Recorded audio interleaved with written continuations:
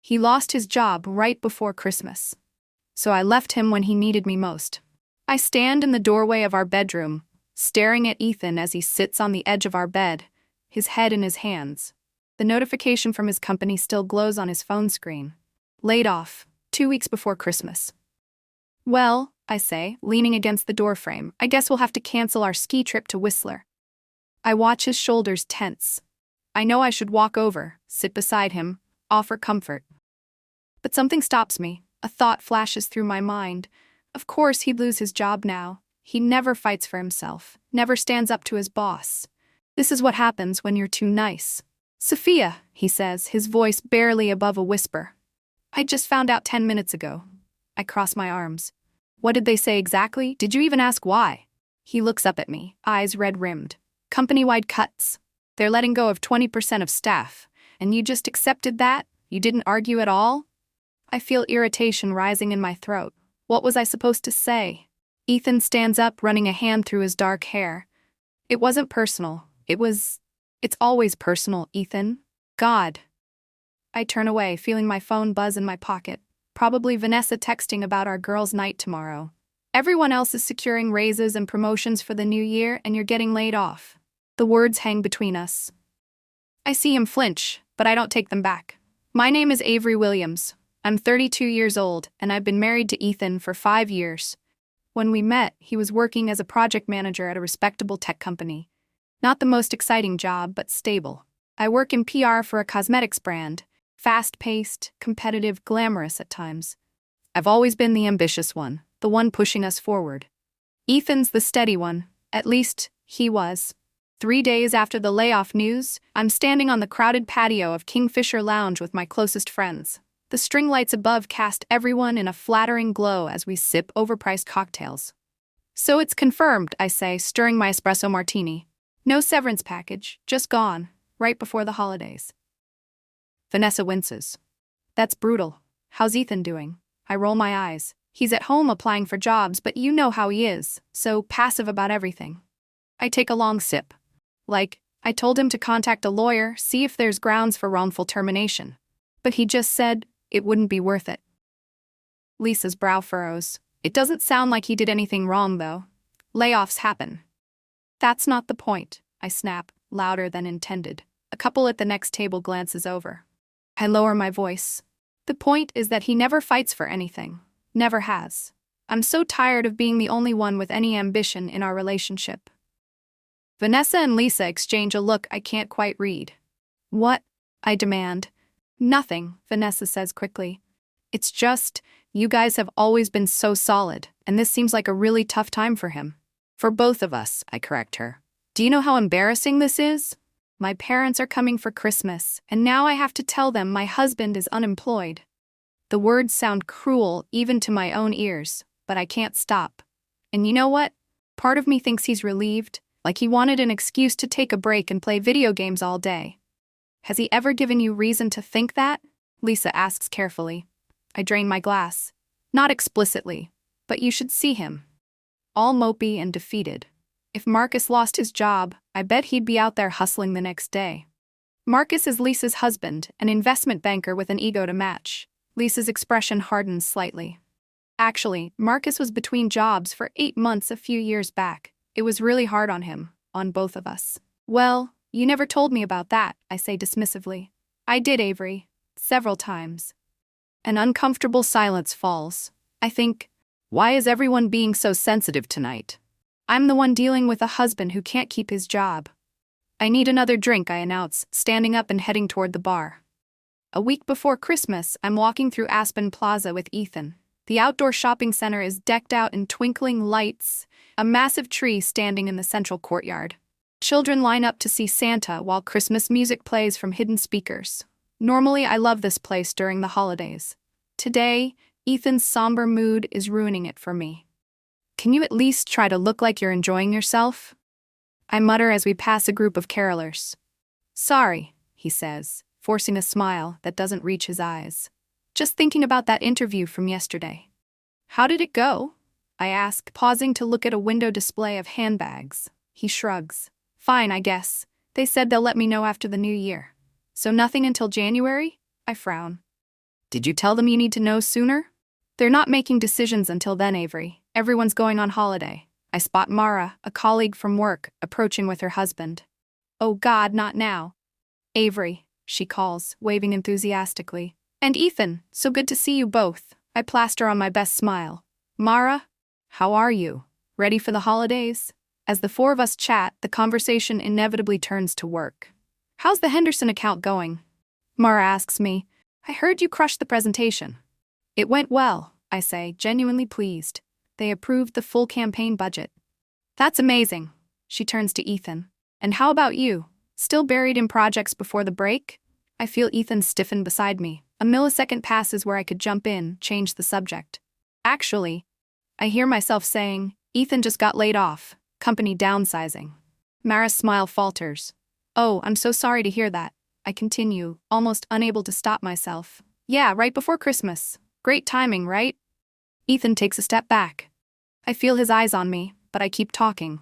He's applying for jobs, but you know how it is this time of year. Everything's on hold. That's tough, Mara's husband says sympathetically to Ethan. What kind of positions are you looking at? Before Ethan can answer, I jump in again. Anything at this point. We can't be picky with the market the way it is. I feel Ethan's hand drop from the small of my back. Actually, he says quietly, I've been interviewing for senior positions. I was just telling Avery about a promising lead. That's great, Mara says, clearly trying to navigate the sudden tension. We should probably get going, Ethan says. Nice seeing you both. As they walk away, I turn to him. What was that about? What was what about? His voice is flat. Why did you contradict me like that? Contradict you? He looks genuinely bewildered. Avery, you announced to my face that I'm applying for anything when you know that's not true. Why would you do that? I feel defensive heat rising in my cheeks. I was just being realistic. No, you were being cruel. He says it without anger, which somehow makes it worse. And it's not the first time since I lost my job. Oh, so now I'm cruel because I'm acknowledging our reality? I snap. He shakes his head slowly. I'm going home. We're not done shopping, I protest. I am, he says and walks away, leaving me standing alone beneath the twinkling lights. He's overreacting, I think. He's just sensitive because of the job situation. But a small voice in the back of my mind whispers, was I being cruel? I silence it and head to the next store alone. 2 days before Christmas Eve, I'm sitting on a bench in Thompson Park, watching Ethan throw a stick for a neighbor's dog. We've barely spoken since the mall incident. My parents arrive tomorrow, and the tension in our apartment is unbearable. I thought some fresh air might help. The park is blanketed in a thin layer of snow. Families building snowmen and throwing snowballs. Ethan volunteered to dog sit for our neighbors while they finished their shopping, so here we are. He looks different today, less defeated somehow. I watch as he laughs, the golden retriever bounding back to him with the stick. My phone rings. It's Vanessa. Hey, I answer. What's up? Just confirming dinner tonight, she says. You and Ethan still good for 7? I'd completely forgotten we had plans with Vanessa and her boyfriend. Yeah, we'll be there. Great, Tyler's excited to finally meet Ethan. I hang up and sigh. Ethan walks over, the dog trotting beside him. We're having dinner with Vanessa and Tyler tonight, I tell him. I forgot to mention it. He sits beside me on the bench. Actually, I can't make it. What do you mean you can't make it? It's been planned for weeks.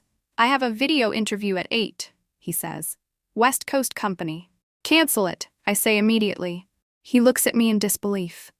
What? Reschedule. This dinner is important. So is this interview, Avery. His voice is calm but firm. It's for a director position, potentially remote with occasional travel. You couldn't have scheduled it for any other time? They had one slot before their holiday break. I took it. He scratches the dog's ears. You should still go to dinner. I feel rage bubbling up. So I'm supposed to show up alone and explain that my unemployed husband is too busy for dinner? The moment the words leave my mouth, I know I've crossed a line.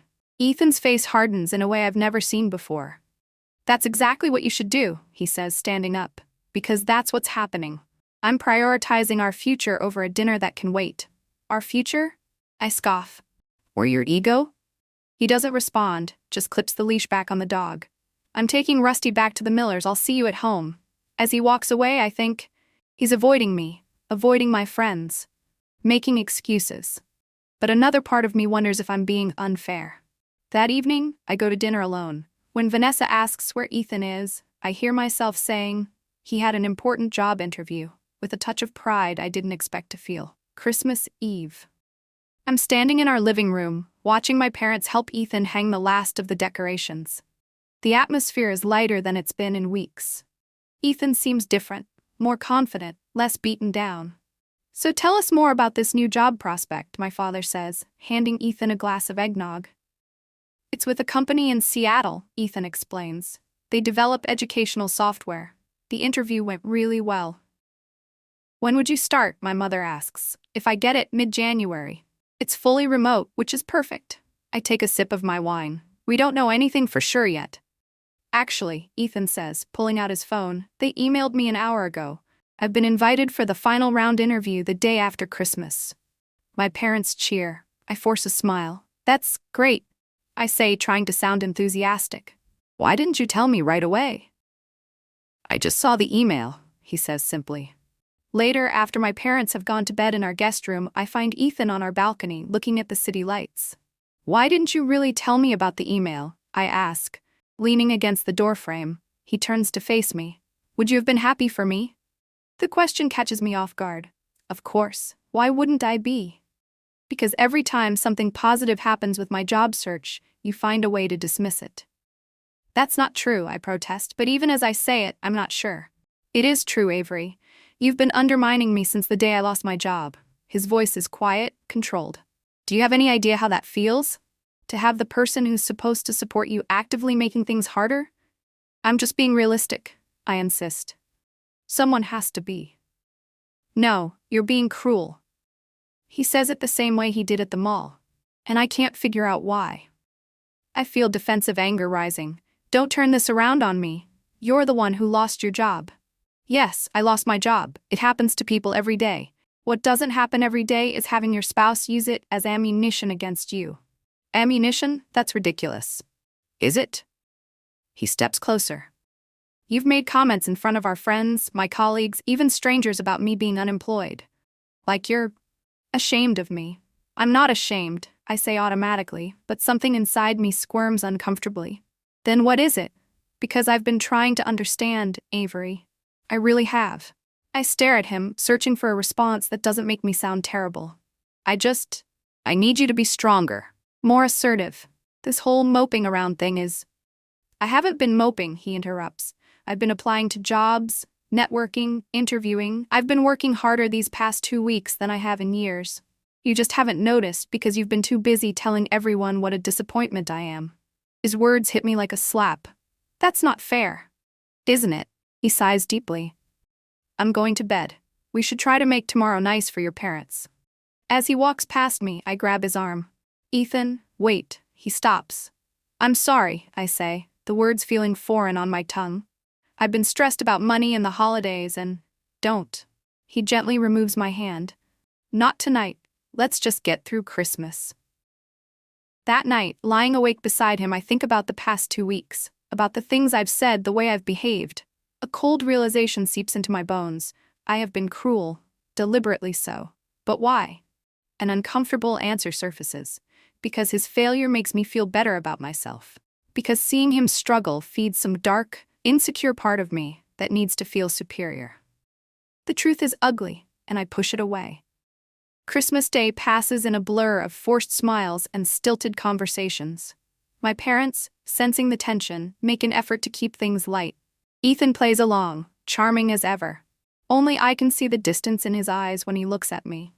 The day after Christmas, my parents leave early for their flight home. As we wave goodbye from our building's entrance, Ethan turns to me. We need to talk, he says. I feel a chill that has nothing to do with the December air. About what? Let's go upstairs. In our apartment, he sits on the couch while I hover nervously. I have the final interview in an hour, he begins. I know. Good luck. I try to sound supportive.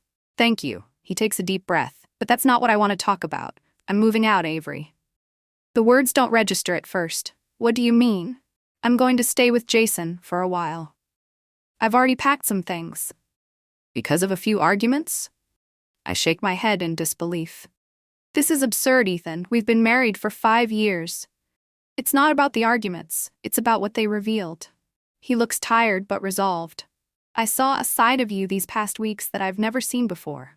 Or maybe I just never wanted to see it. You're overreacting, I say, panic rising. It's been a stressful time. I said some things I shouldn't have, but it's not what you said, Avery. It's what you believe. He leans forward. You believe I'm weak, that I'm not good enough. You've probably always thought that, but losing my job brought it to the surface. That's not true, I protest, but my voice wavers. You couldn't even pretend to support me, not even for appearance's sake. He stands up. What does that say about how you really feel? I feel tears stinging my eyes. So you're just giving up? Running away? A sad smile touches his lips. That's exactly what you think I would do, isn't it? But no, I'm not giving up. I'm choosing myself for once. What does that mean? It means I deserve better than someone who kicks me when I'm down. He picks up a duffel bag I hadn't noticed by the door. I'll come back for the rest of my things later. Ethan, please. I move toward him. We can work through this? Go to counseling or something. Maybe someday, he says. But right now, I need space to figure out if this is something I want to fix. As he reaches for the door, panic overwhelms me. You can't just leave. What about your interview? What about us? The interview is virtual, and as for us, he hesitates. I don't know, Avery. That's the honest answer. And then he's gone, the door closing quietly behind him. 2 weeks pass. I'm sitting alone in a corner booth at Moonrise Cafe, the January sun weak through the windows. The holiday decorations have been taken down, leaving the place looking bare and uninspiring. I check my phone again. Nothing from Ethan except logistical texts about picking up more of his belongings. I've sent apologies, promises to change, even threats. His responses have been polite but distant. Vanessa slides into the booth across from me, unwrapping her scarf. Sorry I'm late, traffic was insane. It's fine, I say, pushing a coffee toward her. I ordered for you. Thanks. She studies my face. You look terrible. Thanks for that, too. Have you heard anything from Ethan? I shake my head. Just about picking up his stuff. He's coming by tomorrow for another load. She sips her coffee. And the job? He got it. Despite everything, I feel a flicker of pride saying this. Director of Product Development. Better salary than his old job. Fully remote. That's great, Vanessa says. Have you congratulated him? I tried. He said thank you and changed the subject. I stare into my mug. I really messed up, didn't I? Vanessa's silence is answer enough. I've been thinking a lot, I continue, about why I acted the way I did, why I said those things. And, I struggled to form the words. I think I was afraid. Of what? That he wouldn't need me anymore. The realization hits me as I say it, that if he became too successful, too confident, he wouldn't need me to be the strong one, the ambitious one. That's always been my role, you know? The one pushing us forward. So when he was down, you kept him there. Vanessa says bluntly. I wince.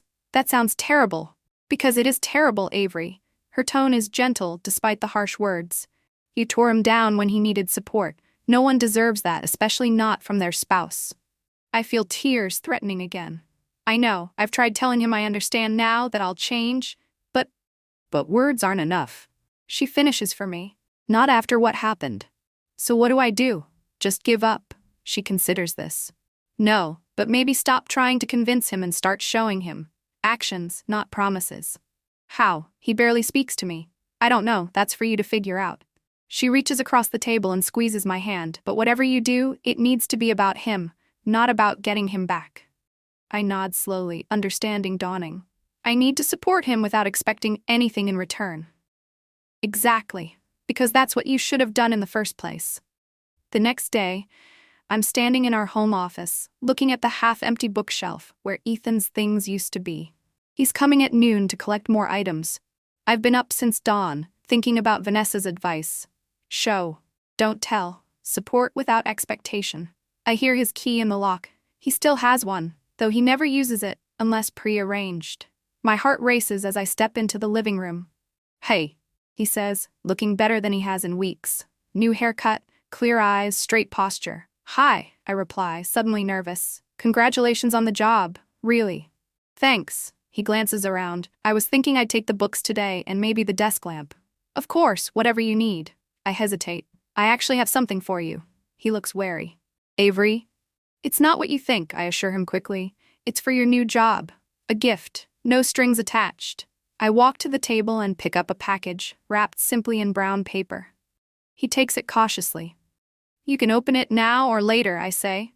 It's just something I thought might be useful. Curiosity wins out. He unwraps it carefully to reveal a high-end ergonomic desk chair, still in its box. For your home office, I explain.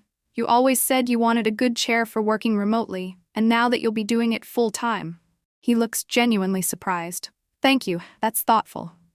I take a deep breath.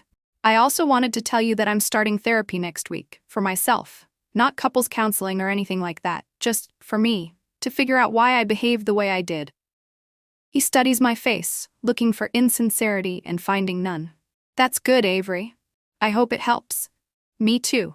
I force myself not to ask about us, about whether there's still hope. Do you need help carrying things down? No, I've got it. Jason's waiting in the car. He hesitates. I should get going. I nod, stepping back to give him space. Of course. He collects what he came for, making several trips. I stay out of his way, letting him work. As he's about to leave with the last box, he pauses. The chair. It's perfect. Thank you. You're welcome. Avery, he says softly. I don't hate you. I want you to know that. Tears threaten, but I blink them back. That's good to know. I just need to figure out if I can trust you again. He shifts the box in his arms. If I can feel safe with you. I understand, I say, and I do, finally. Take all the time you need. I'll be working on myself either way. A small nod, and then he's gone. I stand in the doorway of our half-empty apartment, feeling a strange mixture of loss and hope. The chair was a small gesture, but it was something. A first step toward showing rather than telling. I don't know if Ethan will ever come back. I don't know if I deserve another chance. But for the first time since he walked out, I understand what went wrong. I saw someone I claimed to love at their lowest point, and instead of lifting them up, I ground them down. Not because I'm a monster, but because I'm flawed and insecure and afraid. The apartment feels cavernous without his presence. I walk to the window and look down at the street, watching as he loads the last box into Jason's car. Before getting in, he glances up at our window. I lift my hand in a small wave. After a moment's hesitation, he waves back. It's not forgiveness. It's not reconciliation. But it's something.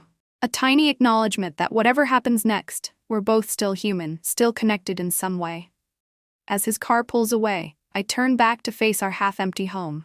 I lost my husband when he needed me most. Now I have to live with that choice and its consequences. Whatever they may be. I open my laptop and begin searching for therapists. It's time to face myself, to understand why I hurt the person I claimed to love. Whether Ethan comes back or not, I need to be better. For myself, and for whoever might trust me with their heart in the future. The path ahead is uncertain, but for the first time in weeks, I feel like I'm facing the right direction.